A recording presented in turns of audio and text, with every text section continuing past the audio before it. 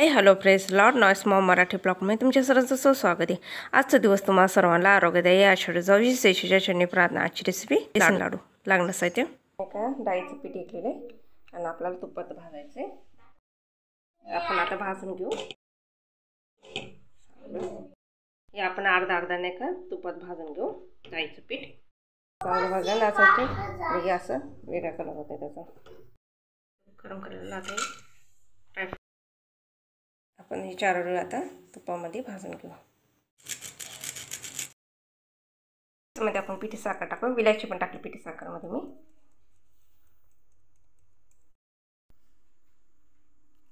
सगळं तुपातच बांधायचे आपल्याला। छान असे लाडू झालेले, बेसन लाडू झाले, मस्त सुगंध सुटला विलायची जायफळ। तुम्ही नक्की करून बघा। करा, शेअर करा, सबस्क्राईब करा। भेटूया नवीन व्हिडिओमध्ये। बाय।